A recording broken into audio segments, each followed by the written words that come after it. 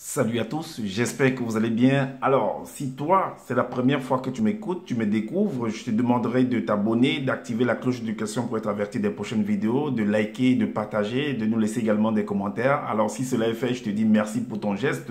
Alors, comme je le dis constamment dans mes partages, que Salomon dit qu'il n'y a rien de nouveau, ce qui a été, c'est ce qui est, c'est ce qui sera encore, et que le physique est le reflet du non visible. Et que le Créateur, par son verbe, parle tantôt d'une manière, tantôt d'une autre, et l'on n'y prend point garde. Alors, toi qui m'écoutes aujourd'hui, si tu ne prenais pas garde autrefois, dès à présent, commence à prendre garde par rapport à ce que tes yeux peuvent voir, tes oreilles peuvent entendre, tes sens peuvent capter au travers de la nature. Analyse bien la situation, retiens ce qui est bon et transmets-le également à tes enfants afin qu'ils puissent sortir de l'ignorance, parce qu'il y a une formule qui dit que l'homme, la femme, l'enfant, l'être, la créature périt faute de connaissance. Donc il est primordial, il est important, capital de pouvoir fusionner avec le savoir afin d'avoir une meilleure visibilité des choses. Et encore, nos pères, nos mères, dans les temps d'autrefois ont toujours eu à appuyer leur dire, pas des métaphores, des énigmes, des paraboles, des dictons, en utilisant les éléments de la faune et de la flore. Et ils ne peuvent pas aller au-delà, car la loi du Créateur le veut ainsi. Alors, donc je reviens encore vers vous, parce que ce personnage voilà, qui pollue la toile, les réseaux sociaux avec ses enseignements pourris, des excréments spirituels, a encore sorti en fait par rapport au chakra des sourcils et du troisième œil. Donc, et il avait parlé également par rapport au Kundalini. J'ai fait un enseignement pour ça, sur ça également, pour expliquer. Et là maintenant encore, je vais encore expliquer encore davantage c'est quoi en fait le Kundalini, le chakra, le souci, pourquoi on parle des soucis, pourquoi on parle du troisième œil, qu'est-ce qui se cache derrière. Alors, déjà, on va aller dans la définition pour quelques mots pour vous amener à comprendre en fait ce qui en est. Alors, Kundalini ou chakra, donc ça fait référence, c'est la même chose en fait. En fait, c'est la conscience éveillée. C'est la conscience éveillée.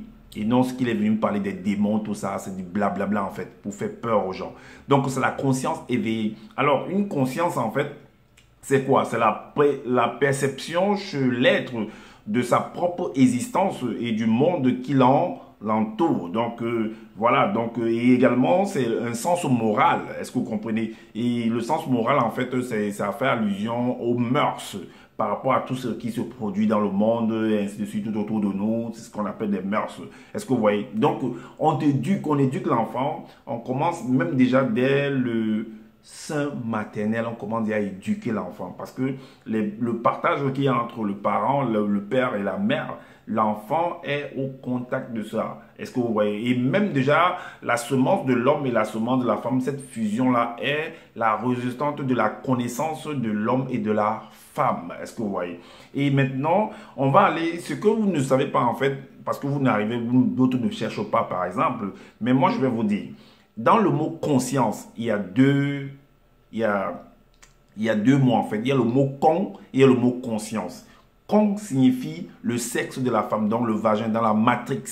Et la science, c'est la somme de la connaissance. Donc, en fait, dans cette matrix-là, dans ce vagin-là, dans ce sexe-là, en fait, il y a en fait la somme de la connaissance. C'est-à-dire que la semence de l'homme fusionnée avec la semence de la femme, c'est la somme de la connaissance qui produit en fait un être. Est-ce que vous comprenez? Alors, donc, on a dit la somme de la connaissance. Alors, maintenant, le monsieur a dit, il va expliquer en fait c'est quoi les yeux de l'esprit.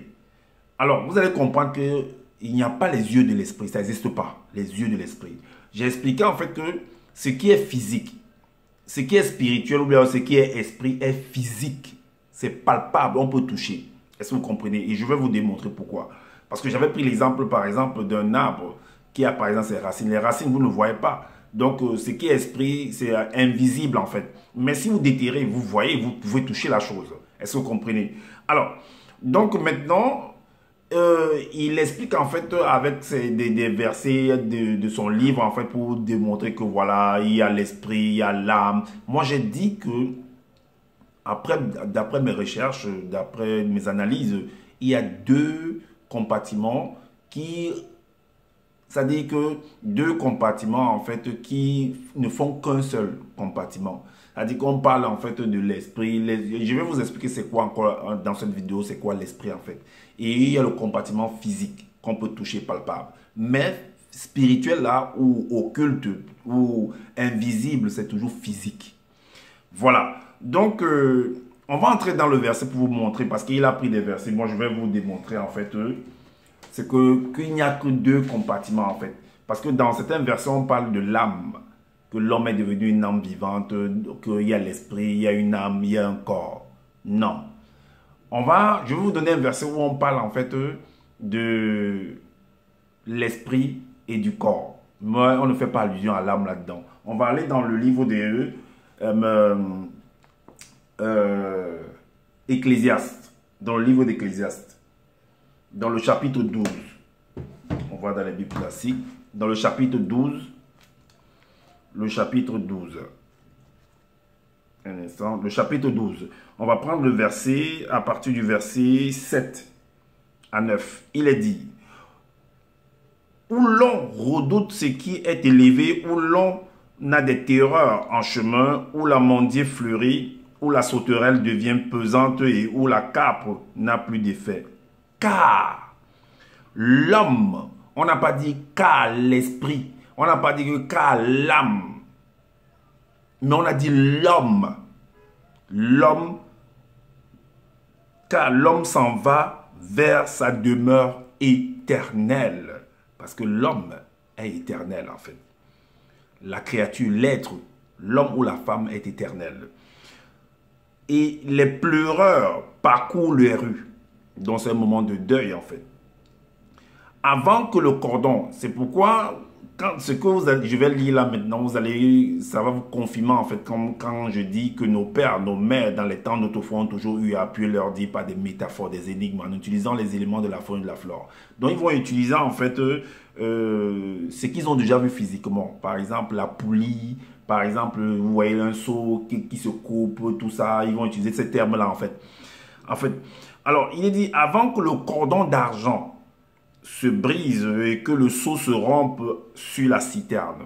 Donc c'est des faits, c'est ce qu'ils ont vu physiquement, qu'ils sont en train de décrire en expliquant en fait le moment où l'homme va vers sa demeure éternelle. Est-ce que vous voyez? Donc ils prennent en fait ces faits-là, ces faits pratiques-là qu'ils ont vus pour expliquer en fait ce scénario. Alors, donc, et que le seau se rompe sous la citerne, sur la source, et que la roue se casse sur la citerne avant que la poussière retourne. Parce que pourquoi on a dit ici avant que la poussière, ça fait référence en fait à Genèse 6, 2, 6, 7. On va arriver. Alors, donc, avant que la poussière retourne à la terre, comme elle y était, et que l'esprit retourne à Dieu qui l'a donné. Donc, Dieu a donné l'esprit et qui a donné donc le corps? Qui a donné donc la poussière? Parce qu'on veut nous faire comprendre que Dieu a donné l'esprit, donc ça retourne chez Dieu et la poussière retourne à qui? À qui? Vous voyez? Donc c'est pourquoi il dit qu'il faut faire attention quand vous analysez. Quand vous lisez, il faut faire très très attention. Alors, donc, comme elle y était et que l'esprit retourne à Dieu qui l'a donné, j'ai déjà expliqué c'est quoi Dieu, ainsi de suite. Alors, donc on va ouvrir certaines fenêtres pour vous montrer en fait c'est quoi réellement l'esprit. C'est quoi l'esprit? On va aller dans le livre de Job. Job 32. Job 32 au verset 8. Il est dit, le souffle du... Mais en réalité, dans l'homme, c'est l'esprit. Mais c'est pas seulement... Il y a une virgule. Virgule. La continuité dit, la suite dit, le souffle, dont l'esprit en fait c'est un souffle. C'est un souffle. Le souffle du Tout-Puissant qui donne l'intelligence. Donc c'est ce souffle en fait, donner l'intelligence, ça veut dire quoi? Ça veut dire qu'un corps est inerte, il ne bouge pas en fait. Il faut qu'on l'injecte un souffle pour qu'il ait l'être, le mouvement. Et dans cet être, ce mouvement-là, il va falloir qu'il puisse manifester en fait l'intelligence qu'on a introduit en lui. Est-ce que vous voyez? Alors, maintenant, on va aller dans le livre de Job. Parce que là, vous allez comprendre que en même temps, on est en train de montrer comment l'homme a été conçu. Mais est-ce que... Parce que le liquide, la semence de l'homme, c'est un souffle. C'est un liquide. Le souffle, quand vous voyez le souffle, c'est de l'air, non?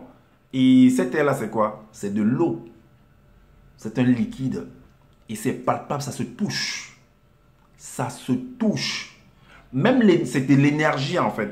Parce que le courant, la lumière que nous avons à la maison là, on sait comment ça se produit. Il y a des barrages hydroélectriques, c'est de l'eau.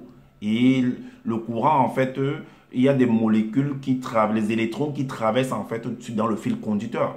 Et les électrons, c'est quoi? C'est de l'hydrogène, ce sont des molécules d'eau. Est-ce que vous comprenez? Ça se touche, l'eau se touche. Donc c'est physique en fait. Alors, maintenant, et ce liquide en fait, comme je dis, qui est la semence, qui va, parce que si vous ouvrez le corps d'un homme, vous n'allez pas voir le sperme, le spermatozoïde, comme quand il est excité et qu'il éjacule, en fait, vous n'allez pas voir ça comme ça, si vous ouvrez son corps. Maintenant, il faut des frottements, en fait.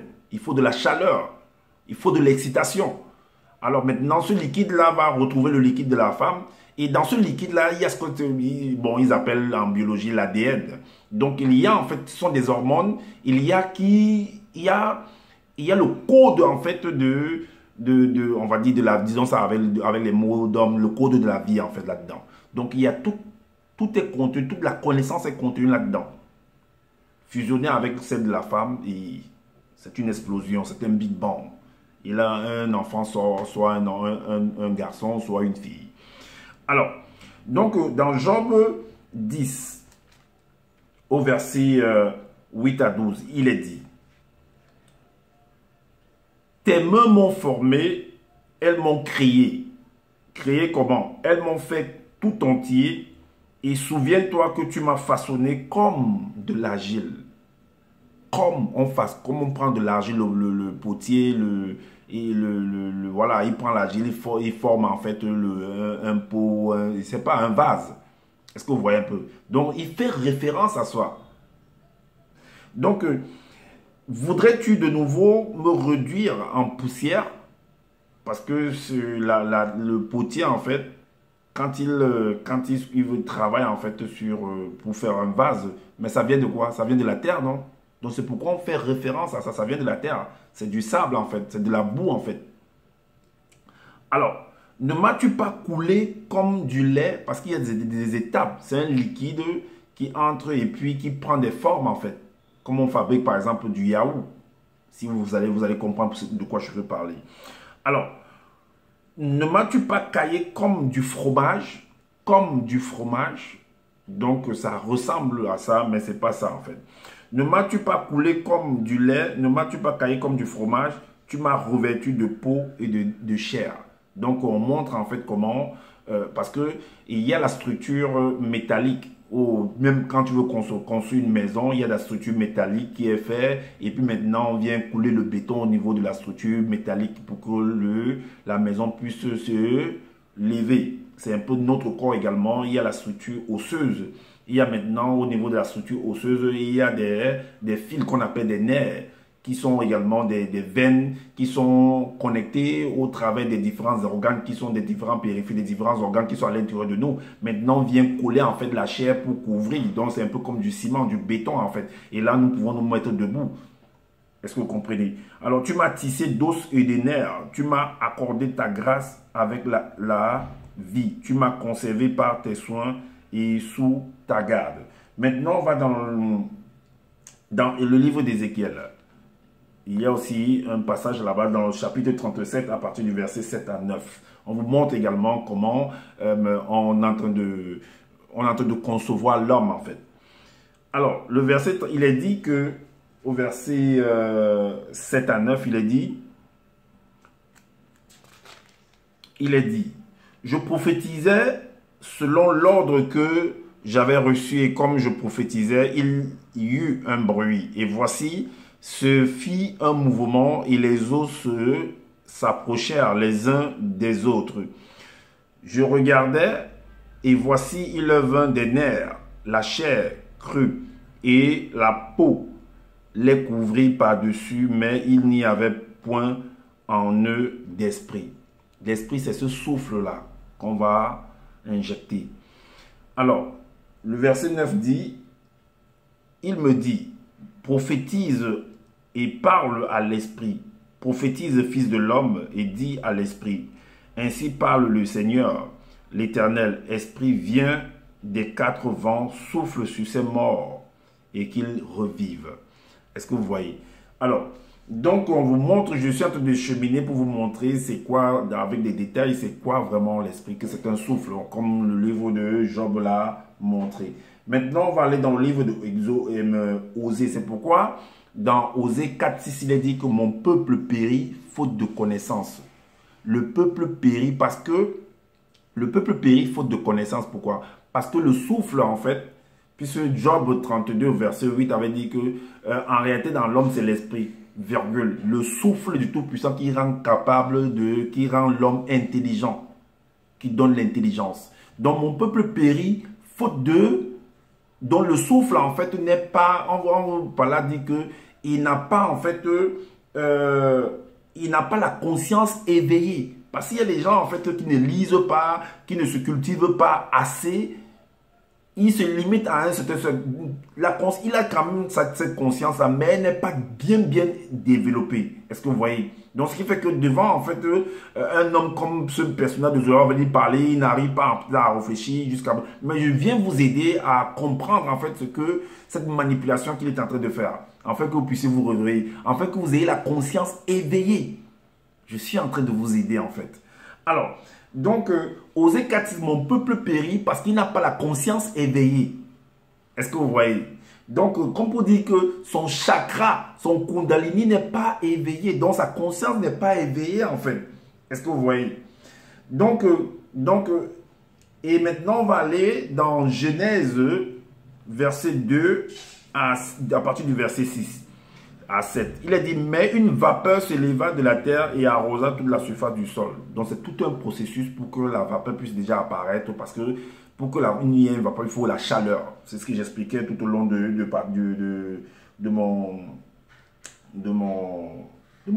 mon allocution, en fait. Alors, donc au verset 7, on dit que au verset, et arrosa toute la surface. Et l'Éternel Dieu forma l'homme de la poussière. Parce que si la surface est arrosée, ce ne sera plus la poussière, ce sera boueuse, en fait. Mais c'est pas comme ça que ça s'est produit, en fait. Parce que pour produire, en fait, quelqu'un, un homme, il faudrait que c'est un liquide, en fait. Donc, c'est la semence, comme tout on a expliqué, par exemple, dans le livre d'Ézéchiel, dans le livre de Job 10. Est-ce que vous voyez? Donc, et l'Éternel forma Dieu... Et l'Éternel Dieu forma l'homme de la poussière de la terre et il souffla dans ses narines. Et il souffle. Donc il éveille la conscience, en fait. Donc, puisque le souffle, là, c'est ce qu'ils appellent l'esprit, en fait. C'est un souffle. Et ce souffle, en fait, c'est l'énergie. C'est comme un téléviseur. Lorsque tu le branches, le téléviseur commence ça s'allume, en fait. Vous commencez à avoir des images, il y a de l'audio et du visuel, en fait. Donc, quand tu débranches, en fait, ben, ça s'éteint. Et il y a ce qu'on appelle, en fait, le mystère, en fait, du fer à repasser, qui, lorsque tu éteins, parce que peut-être il y a certaines personnes qui, comme le monsieur avait expliqué, que quand on égorge quelqu'un ou bien un poulet, mais il continue à bouger. Mais qu'est-ce qui fait qu'il continue à bouger? Vous devez comprendre que chaque organe a ce qu'on appelle, il y a ce qu'on appelle, comment ça s'appelle là? Donc, chaque organe, en fait, il y a le moment où, il y a, comme je disais tantôt, il y a ce qu'on appelle l'autonomie. L'autonomie, c'est un peu comme si vous avez branché votre portable, l'avez chargé et vous l'avez débranché. Mais le portable a une autonomie, en fait. Elle garde de l'énergie jusqu'à ce qu'elle va se décharger au fur et à mesure que tu utilises. Donc, quand tu égorges, par exemple, un poulet, il y a ce qu'on appelle les organes, là, sont imprégnés du souffle, en fait. Donc, il y a ce qu'on vous devez comprendre que le corps est connecté au travers des nerfs ou des tuyaux, des veines ou des artères, peu importe comment vous l'appelez. Donc, maintenant, il y a une autonomie. Donc, quand tu égorges, par exemple, tu coupes le tuyau, la connexion, le temps que l'autonomie, en fait, la décharge puisse se faire. C'est pourquoi un poulet va bouger, même que ce soit le poulet, que l'homme va bouger, il va palpiter, il va bouger, jusqu'à ce qu'il se décharge, en fait, de son souffle. Et là, maintenant, il ne bouge plus. C'est ce qu'on appelle l'autonomie. C'est pourquoi, quand tu égorges, il bouge néanmoins, jusqu'à ce que cette décharge, la batterie se décharge complètement. Alors, Donc là, on nous montre en fait au verset 7 que on nous fait comprendre que ben voilà, ça a été fait on nous montre comment on a conçu l'homme. Mais sauf que là, moi j'entre en détail pour vous expliquer en fait comment c'est passé. Parce que pour pouvoir faire un homme, la femme et l'homme se mettent ensemble pour pouvoir faire, et c'est à partir de la semence, à partir de ce liquide-là. Maintenant, il est parti également dans Genèse 2, 21. On va aller là dans son livre. Dans Genèse 2, 21. Dans Genèse 2, vous allez voir quelque chose de terrible là-dedans. C'est pourquoi j'ai dit, je vais envoyer cet homme à la retraite. Il a écrit des choses, mais il ne s'imaginait pas ce qui devait venir après. Alors, là, il a pris Genèse 2, 21 pour expliquer par rapport à l'œil, par rapport à la conscience éveillée, tout ça, que bon, il fait comprendre que on ne dit, il n'y a pas le troisième œil et tout et tout. Effectivement, ça fait allusion à la conscience éveillée et non troisième œil. C'est juste que des hommes qui sont venus écrire, des personnes qui sont venues écrire, c'est plus juste cacher en fait des choses, tout simplement. Et quand vous arrivez à décoder comme moi là, alors ce n'est qu'un petit jeu, ça devient un petit jeu, ça ne vous c'est plus étonnant pour vous. Alors, il a, au verset 21 de son livre, dans Genèse chapitre 2 au verset 21, il dit que l'entité vint fermer les yeux de l'esprit de Moto dans le mystère du grand voile Mototomba, dont l'entité est venue faire. En fait, si vous voyez, si vous analysez bien ce verset-là, ça fait référence en fait à l'anesthésie. Quand quelqu'un est dans la salle d'opération, à l'anesthésie. Maintenant, il y a, même dans les temps d'autrefois, hein, il y a des opérations où on t'anesthésie, mais tu es éveillé. Tu vois comment on est en train de t'opérer en fait. Il y a d'autres opérations où tu es obligé on est obligé de t'endormir complètement. Est-ce que vous voyez? On te fait une anesthésie générale. Donc, maintenant, voilà, cela arrivera enfin que on dit qu'enfin que Moto ne puisse connaître le mécanisme vibratoire spirituel, le secret de l'introduction à l'existence de la vie à partir de son esprit. On va écouter ce monsieur, comment lui-même il va dire. On va l'écouter lui-même. On va l'écouter comment il parle lui-même. Écoutez-le. C'est quoi les yeux de l'esprit? Parce qu'il faut réellement pénétrer le mécanisme vibratoire de ce qui se dissimule derrière. Dans Origine, chapitre 2, verset 21, vous devez comprendre ici, le tout premier homme noir, donc Moto, l'homme universel, on avait fermé ses yeux spirituels, donc les yeux de son esprit, afin qu'il ne puisse voir le mécanisme vibratoire de l'introduction de la vie à partir de son propre esprit. Ok. Voilà. Donc, lui-même vient de dire que donc on a conçu la femme, donc la vie vient à partir de l'esprit. Et vous allez voir que le verset 22 va le contredire, le verset 21. Est-ce que vous comprenez? Ça va contredire carrément le verset 21 et ça va contredire également Genèse 2, 18. Parce que ça va contredire également la notion de ce monsieur de Zululassan là, où il dit que l'Oba est unique créateur. Parce que au verset 18 de ce même chapitre, il dit que Moto est en train de penser, il est en train de réfléchir, et maintenant, à partir de sa réflexion là, donc il a réfléchi, donc dans sa réflexion là, il a créé quelque chose. Alors, donc s'il crée quelque chose, ça veut dire que le créateur, son Loba est en train d'attendre, il observait comment Moto est en train de faire, de créer en fait. Et il a profité de cette création-là pour pouvoir achever ça. Mais bon, ça c'est du blablabla. Parce que en réalité, le créateur a fait l'homme et la femme. Et non l'homme, après il a fait la femme. Non, c'est pas comme ça. Donc, maintenant, il dit que, comme vous avez entendu dans la vidéo, que on a fermé les yeux de Moto pour qu'il ne puisse pas voir le secret de l'introduction à l'existence de la vie à partir de son propre esprit. Mais est-ce que la femme, selon ce que lui a écrit, ce qu'il a écrit dans son livre, est-ce que la femme a été faite à partir de l'esprit de Moto? Lisons le verset 22. Il est dit là que la manifestation de la volonté de l'Oba, prenant donc l'image de la réflexion de Moto, la façonna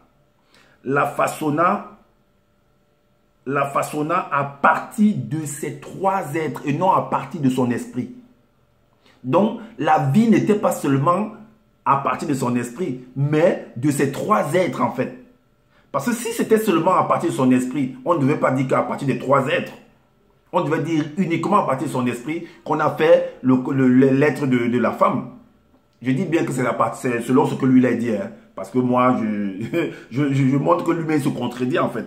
Donc, la façonnant à partir de ces 3 êtres, esprit, âme et corps, qu'elle revêtit de forme et de beauté corporelle. Est-ce que vous voyez vous-même? Ça s'est contredit. Et ça contredit également Loba qui est unique créateur. Parce qu'il a fallu que dans le verset 18, que Moto puisse réfléchir. Donc, qu'il puisse créer dans sa conception, dans son mental en fait, une image. Est-ce que vous voyez un peu? Alors, maintenant, on va dans Genèse 1, 27. Genèse 1, 27. Pour vous montrer que il a créé l'homme et la femme. Il a dit Dieu, dans la Bible classique, Dieu créa l'homme à son image. Il créa à l'image de Dieu, virgule. Il créa l'homme et la femme.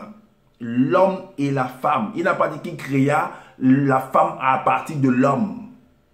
Mais sauf que maintenant, quand ils vont venir, ils disent c'est que, donc, c'est à partir de, il créa l'homme et la femme. Ok. Si on est d'accord, on va maintenant on retourne encore dans son truc d'origine. Chapitre 3. Chapitre 3. Le verset, vous allez voir, c'est terrible. Hein? Le verset 3, le chapitre 3, le verset 7. Il est dit, et soudain, les yeux de leur esprit s'ouvrirent, parce qu'ils avaient commis la faute en fait. Et soudain, les yeux de leur esprit s'ouvrirent également du côté de la dimension occulte. Mais, n'est-ce pas que tu as dit dans... Vous allez comprendre que Origine 22, 25 est condamné par Matthieu 5, 28. Parce que dans Origine, il a dit, et soudain, là, ils avaient déjà commis la faute. Mais avant de commettre la faute, dans Origine 2, 25, qu'est-ce qu'il a dit? Or, ils étaient l'un et l'autre entièrement, mais dans les Bibles classiques, on dit qu'ils étaient entièrement, ils étaient nus et ils ne se... Dans les Bibles classiques, il est dit que, qu'est-ce qu'il est dit? On va voir. Genèse 2, 25. Il est dit, l'homme et la femme étaient tous deux nus et ils n'en avaient point honte. Donc, ils étaient nus et ils n'en avaient point honte. Mais le monsieur s'est écrit quoi ici là? Bon, c'est des choses qu'il a copiées hein, dans le livre de Fabre Olivet. Il est dit ici au verset 29 du chapitre 2 de son livre que or, ils étaient l'un et l'autre entièrement découverts, sans aucun voile corporel, qui cachait leur conception. La conception, en fait, c'est-à-dire mentalement. Donc, quand tu as une pensée mentale, en fait, quand tu as une pensée, une réflexion, tu vas dire en fait ce que tu réfléchis à l'autre qui est en face de toi. Donc ils étaient en train de converser. C'était deux jeunes personnes. C'est ce que vous devez comprendre. C'était deux jeunes personnes qui ils étaient de se draguer en fait. C'est ce qu'on veut faire comprendre. Ils étaient de se draguer et on veut nous faire comprendre qu'ils ne se causaient aucun tort. Mais on va vous comprendre, on va vous montrer qu'il y avait un tort là-dedans. Toujours avec les Bibles classiques. Or, ils étaient l'un et l'autre entièrement découverts sans aucun voile corporel qui cachait leur conception mentale et spirituelle. L'universel moto et sa faculté volitive moto, ils ne se causaient entre eux aucune honte. Or, par contre, ici, là, au verset 7, et soudain, les yeux de leur esprit s'ouvrirent également après avoir commis la faute. Et on sait ce qu'ils ont fait. Hein. Donc, ils ont couché ensemble, en fait. Et là, ils ont couché ensemble. Est-ce que vous comprenez? C'est là où c'était un problème. Ils ont couché ensemble. Dans le verset 7 là, je sais ce que ça signifie, qu'est-ce que c'est produit. Parce que dans les villages, parfois, quand vous commettez des erreurs, la faute comme ça, il y a des rites traditionnels qu'ils font, on vous met, on vous fait balader nu, ou on vous habille pour pouvoir soi-disant vous guérir de soi-disant que vous avez commis une abomination, et ainsi de suite. Alors, donc, on va aller dans le livre de Matthieu, que le verset 25, où on dit qu'ils ne se cachaient, qu'ils étaient entièrement découverts sans aucun voile corporel ni qui cachait leur conception mentale et spirituelle. Vous allez comprendre que c'était un tort. Mais on fait comprendre que non, ils n'en avaient point honte, que là, ce n'était pas un problème. Allons dans le livre de Matthieu. Matthieu 5. Matthieu 5. Matthieu, chapitre 5. Matthieu chapitre 5, le verset 28.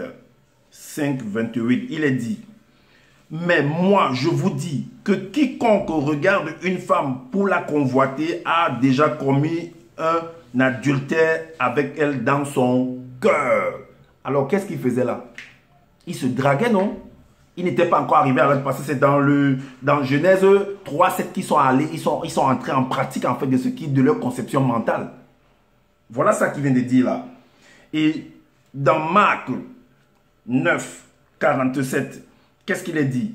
Et si ton œil est pour toi une occasion, donc si pour toi ta conception mentale est une occasion,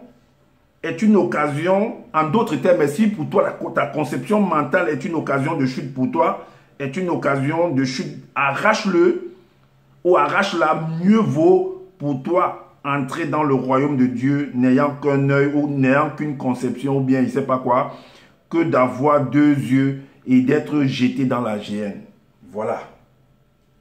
Voilà. Donc, et maintenant dans Dallé, dans son même livre, dans Dallé, qu'est-ce qu'il a dit?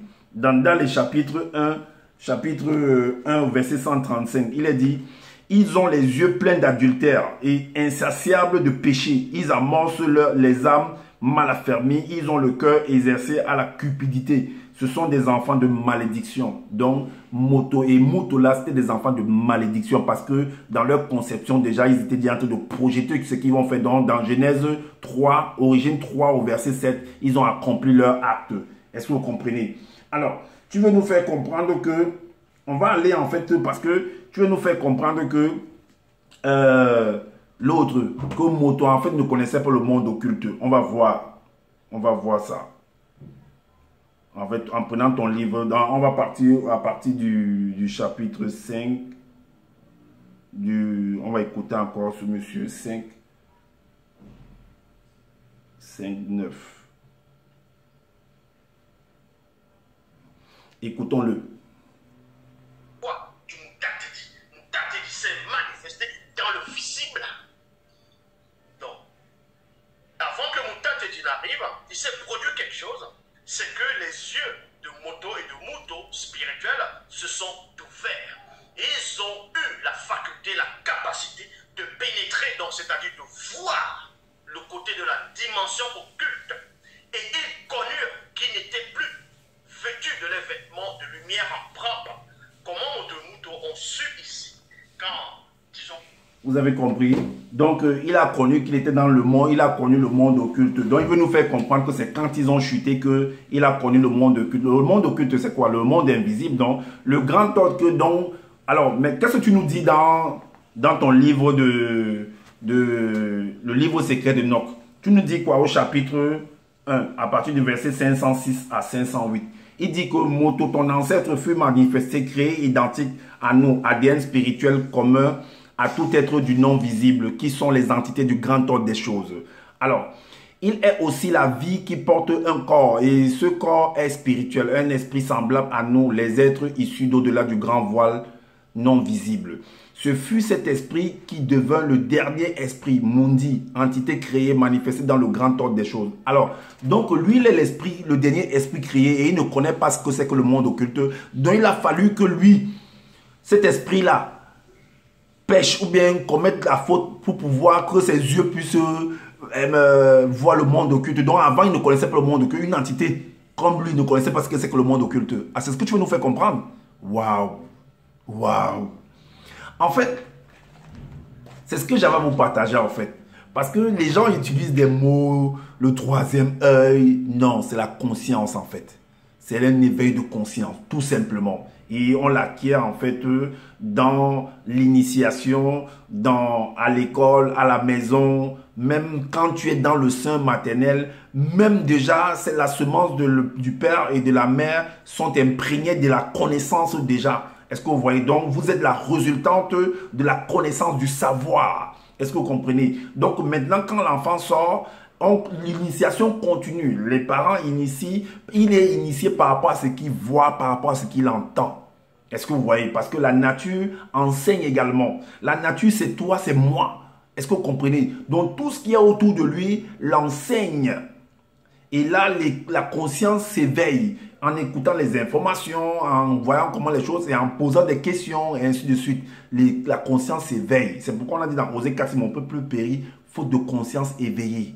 Est-ce que vous comprenez? Donc, toutes ces choses qu'il est venu raconter, tout ça, vous voyez, j'ai mis des versets qui le contredisent en fait. Et il dit qu'il est le seul enseignant. Et il dit qu'il connaît la révélation. Et il dit qu'il a assisté à la création. C'est du n'importe quoi. C'est un charlatan. C'est un plaisantin. Et il n'a rien à faire. Il ne peut que s'asseoir dans sa chambre là-bas, dans son salon là-bas et faire vidéo. Hein. Il n'a plus rien d'autre. Ne pensez pas que ce monsieur va vous amener quelque part. Il est là, il fait ses vidéos, il produit ses vidéos et il gagne son argent et vous payez pour que vous puissiez vivre et il ne travaille pas. Est-ce que vous comprenez? Alors moi je t'ai dit, je vais t'envoyer à la retraite. Ah oui, je vais exposer tout. Tu sors, je sors et je viens exposer ce que tu ne veux pas dire aux autres ou peut-être tu ne connais même pas. Voilà, même moi je connais parce que tout est contenu dans les Bibles classiques là, toute la vérité est là.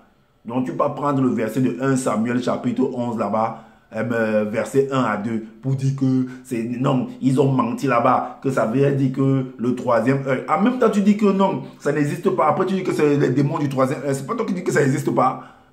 Que non, c'est pas, ça n'a pas lieu d'être et tout et tout. Mais pourquoi tu as écrit ça que c'est ça alors? Tous ces noms que tu donnes, démons, tout ça, ce n'est pas comme ça. Alors, donc, comme je dis constamment que je n'ai pas la science infuse, donc si vous trouvez qu'il y a des manquements par rapport à ce que je viens de dire, alors dites-nous en commentaire et également, ou alors si possible, faites des vidéos pour pouvoir éclairer les uns de la même manière que je peux apprendre de vous, comme vous pouvez apprendre de moi. Alors, donc, je vous dis, comme je vous ai dit au départ, de vous abonner massivement à ma chaîne pour me soutenir, de partager, de liker et d'activer la cloche de notification pour être averti des prochaines vidéos et de prendre soin de votre famille. C'est très très important et de prendre soin également de votre santé pour des combats futurs. Alors, donc sur ce, je vous dis à bientôt pour une prochaine vidéo. Ciao!